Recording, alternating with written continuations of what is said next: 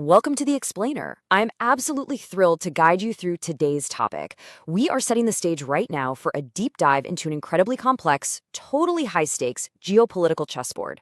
We're talking about rare earth elements. It's a phrase you've probably seen in the headlines a million times, but the actual mechanics of how this industry operates and how one single nation has masterfully positioned itself right at the center of it is just a fascinating story of science, strategy, and global economics. So let me ask you this. What actually fuels the green age? I mean, we hear a ton about green tech, electric vehicles, wind turbines, and even advanced defense systems. But the real fuel for the 21st century, it isn't oil. It's a highly guarded, honestly somewhat obscure set of 17 abstract elements. Without these materials, the entire modern technological revolution essentially comes to a grinding halt. And to really wrap your head around the jaw-dropping scale of the current landscape, just consider this. China currently controls about 91% of global rare earth refining and separation, and an astonishing 94% of sintered permanent magnet production. They don't just participate in the market. Actually, scratch that. They virtually are the midstream market. Here's our roadmap for today. Number 1, the rare earth chokehold. Number 2, anatomy of a monopoly. Number 3, the extraterritorial export rules. Number 4, the global ripple effect. And finally, number 5, the ex-China alternatives. Section 1. The rare earth chokehold, shocks to the system. Just to make sure we're all on the exact same page before we get into the weeds, let's briefly define what we're dealing with. Rare earth elements, or REEs, are a specific set of 17 metallic elements. And despite the name, they aren't necessarily rare in the Earth's crust. But finding them in economically viable concentrations, that is incredibly difficult. And processing them is even harder. But they are the absolute bedrock for manufacturing high-tech applications, EV motors, and highly advanced defense systems. Which brings us to our immediate hook. In October 2025, China's Ministry of Commerce announced a sweeping expansion of its export controls, adding 5 new rare earth elements to a restricted list that already had 7 others locked down earlier in the year. Now, importantly, following a meeting between Presidents Xi and Trump, these new October controls were temporarily suspended for 1 year as part of a broader trade agreement. But make no mistake, the underlying framework is still there, and the looming threat of these restrictions has global supply chains absolutely scrambling to adjust. Section 2, anatomy of a monopoly. 50 years in the making. Okay, let's dive right into this, because China didn't build this dominance overnight. The strategy really began taking shape way back in the 1980s. A brilliant chemist named Xu Guangxian, who's pretty widely known as the father of China's rare earth industry, pioneered a lot of the essential research. And the Chinese government stepped right in with massive support, offering tax rebates of up to 17% just to stimulate production. By 1985, they opened a dedicated rare earth information center. Fast forward to 2011, they set up an industry association to coordinate pricing on a global scale. And then, in 2021, they consolidated that power even further, merging several companies into a massive state-owned enterprise, the China Rare Earths Group, which now controls roughly 70% of their domestic production.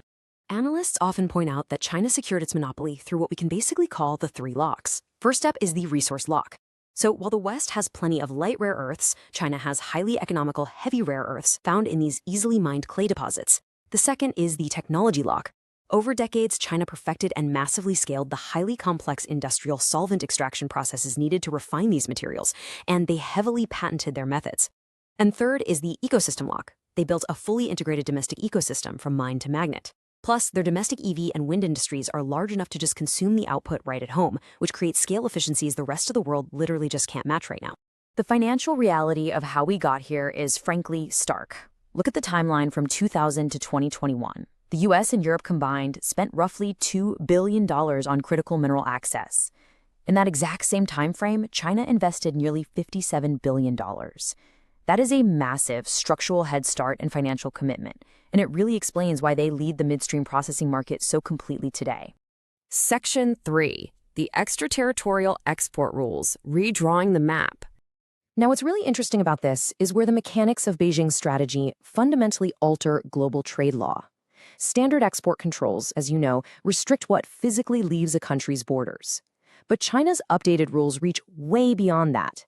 They now require an export license for products manufactured outside of China if they contain as little as 0.1% of Chinese origin rare earth inputs, or if they're produced using Chinese rare earth technology.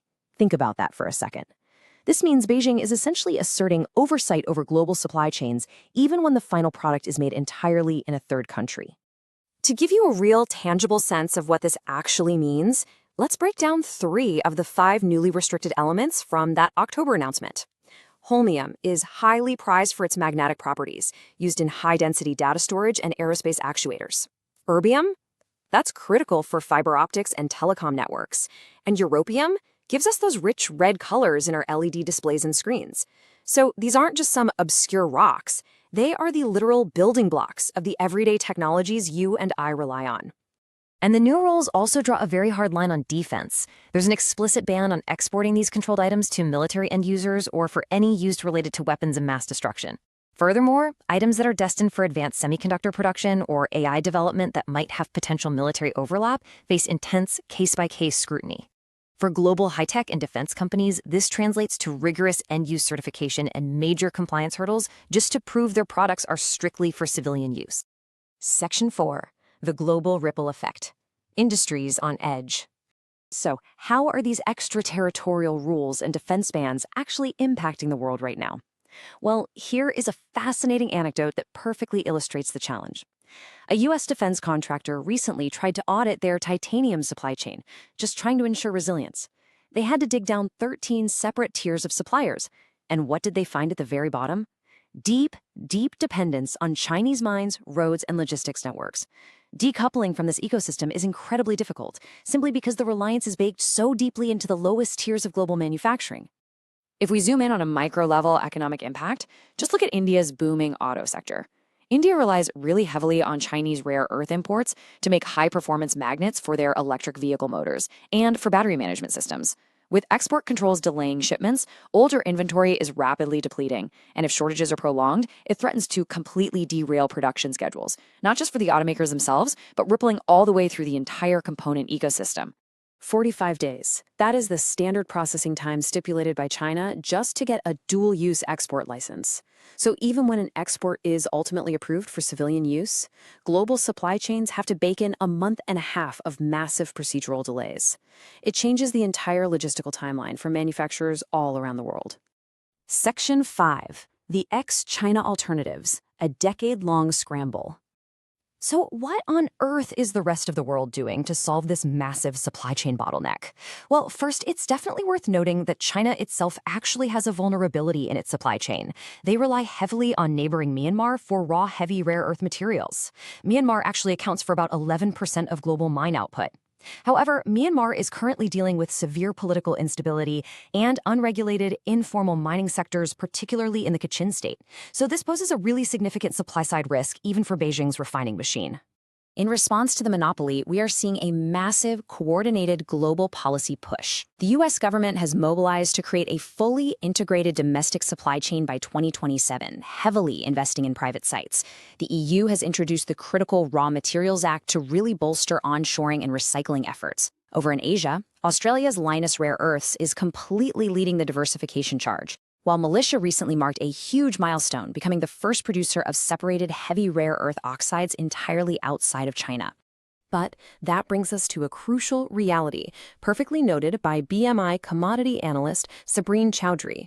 While the West focuses heavily on opening new mines, China still controls the midstream, the refining and processing. Building independent processing capacity from scratch takes a decade or more. So the crucial point is, until that midstream dependence is broken, diversification is just a narrative. It's not an actual hedge or real security for sure. I'll leave you with this final, provocative thought to ponder. As the world races toward electric vehicles and renewable energy at breakneck speed, can the global green revolution truly proceed without navigating China's toll booth? It's a monumental geopolitical chess match, and the stakes will absolutely shape the global